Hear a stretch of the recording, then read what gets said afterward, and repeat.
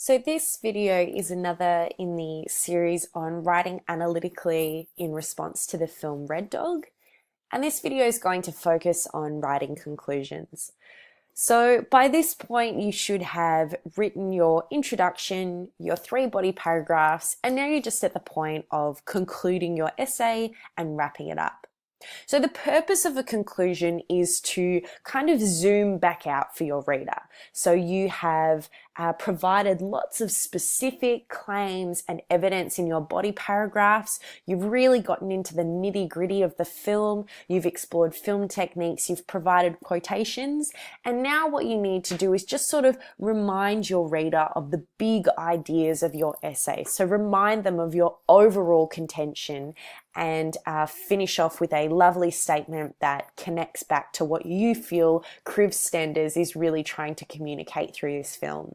So that means that the elements that you should include are a reiteration of your contention or your overall claim, a summary of your 3 secondary claims, so not writing them in as much detail as you would have written them in your introduction or in your topic sentences, and some sort of a link to the film's big ideas, probably in a terminating sentence. Terminating is just a fancy word for finishing, but it's really important to leave your conclusion in a similar way that we did with the final sentence of our introduction, but just really wrapping up our conclusion, wrapping up our introduction, leaving our reader with a sense of finality and an understanding of the ideas that we are trying to present about the film. So let's look at what an example might look like. First of all, a reminder that just as the other videos in this series, we're using the essay topic, how does the film Red Dog show us that belonging matters? A reminder that our contention for this was through the story of Red Dog and the plight of the residents of Dampier, Kriv Stenders shows that feeling connectedness to, love for, and unity with those around you is vital to living a fulfilling life. So I've listed that under ingredients because that's something we're going to have to include to make a delicious and satisfying conclusion. The other ingredients, as I stated in the previous slide, are our 3 secondary claims. I'm not going to read through those. If you'd like a more detailed unpacking of those, you can watch the introduction video or you can watch the video on writing a body paragraph. So what might this actually look like when all mixed together into a lovely batter? So I'm just going to read through this and then I'm going to show you what the elements of this conclusion are.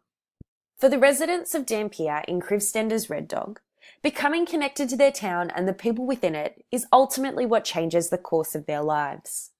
Although initially violent, disparate and alienated from one another, their love for Red Dog enables them eventually to feel love for one another.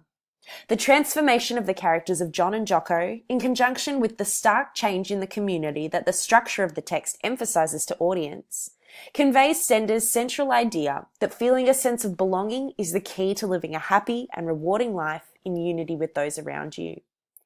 In the end, it is the dog for everyone, Red Dog, who enables the miners to see a bit of themselves in each other and transform themselves from a bunch of dirty miners into a community. This is the true legacy of the Pilbara Wanderer. So let's actually look at what's going on in this conclusion. So as the previous slide suggested, one thing that I needed to include in this conclusion was a reiteration of my contention. You'll notice that I have used quite different language here, so I'm showing my ability to put this into different words. Just putting my contention straight in as I did in my introduction would be a little bit lazy. So I'm using slightly different words. I'm summarizing it and I'm also drawing on some of the ideas that I've discussed in my essay. So I've added a little bit more detail to it. But it is essentially the same contention. The next thing that I've included is just a summary of my secondary claims, and you'll notice that I've actually condensed them into a single sentence. I don't need to have each as its own sentence as I would with topic sentences because I'm just reminding my reader of the claims that I have discussed. There's no need for me to outline them or introduce them in detail, but just to remind my reader of what they were. So I've put those 3 claims into one sentence.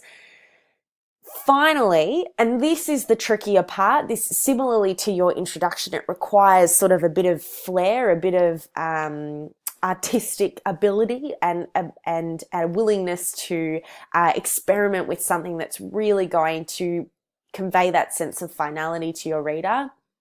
I need some sort of terminating sentence. Similarly to how we finished off our introductions, the final sentence of our introductions, it can be really useful here to make use of our skills of embedding quotes and finding some quotations that are going to round off the big ideas, the central ideas of our entire essay really well. As you can see in my example here, I actually used 3 chocolate chips here because I couldn't quite find one quote that was going to convey exactly what I wanted it to about the dog for everyone and people connecting with one another and transforming into a community. So I used a few, and my final sentence there is actually quite a delectable chocolate chip biscuit in it of itself. And so there you have it. That's all there is to writing a conclusion to your analytical text response to Red Dog. Good luck.